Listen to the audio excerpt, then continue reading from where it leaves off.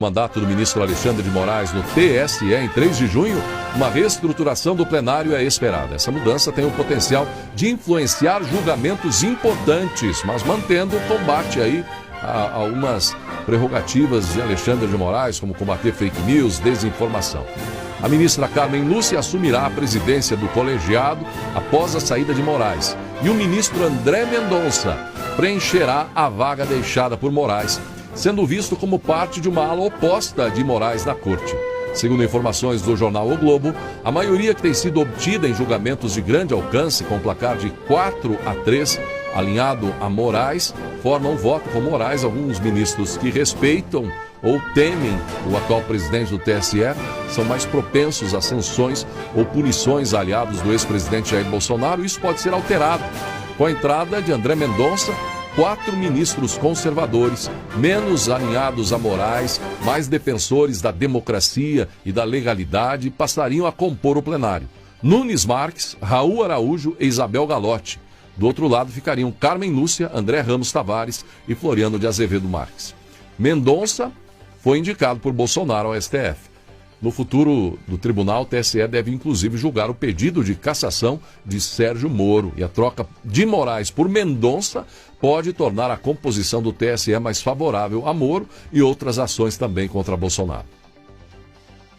O MST, contudo, informou o portal Metrópolis de que o MST deseja duplicar o número de ocupações de terra até o fim deste mês. O número já é grande. O objetivo agora é ultrapassar 50 ocupações de terra, com o objetivo de provocar o governo Lula para acelerar a reforma agrária no Brasil.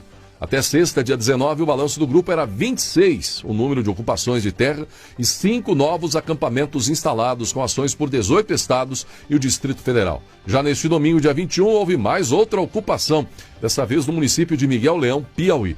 Em comunicado oficial, o MST destacou que as ações visam cobrar a realização da reforma agrária em memória aos 28 anos das mortes dos mártires de Eldorado do Carajás e celebra os 40 anos de lutas do MST. O que você acha, hein?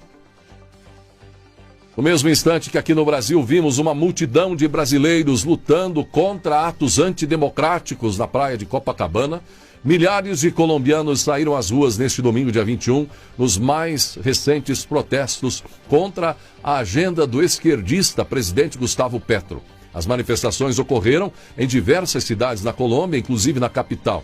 Os manifestantes encheram a Praça Bolívar, em frente ao Palácio Presidencial em Bogotá. Embora os protestos sejam uma constante desde que o ex-guerrilheiro de esquerda assumiu o cargo em 2022, ele que é amigo de Lula, recebeu o presidente brasileiro na semana passada, né? Os protestos ganharam agora força, mais força recentemente.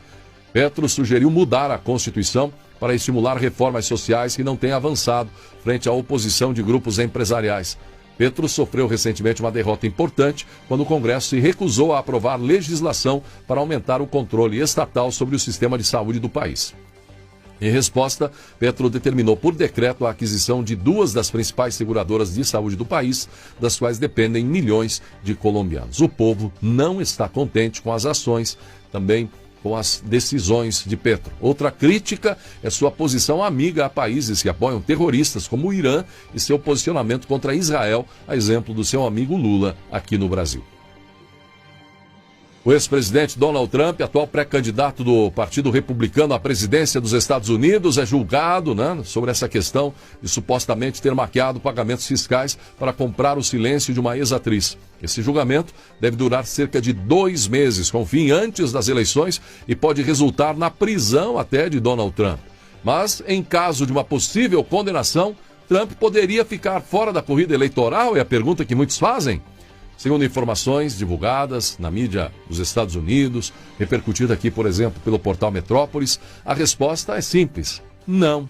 Apesar de ser o primeiro ex-chefe de Estado a ser julgado em um processo criminal, Trump não deve enfrentar obstáculos que o impeçam de concorrer às eleições presidenciais norte-americanas marcadas para 5 de novembro. E isso tem relação com a própria Constituição dos Estados Unidos.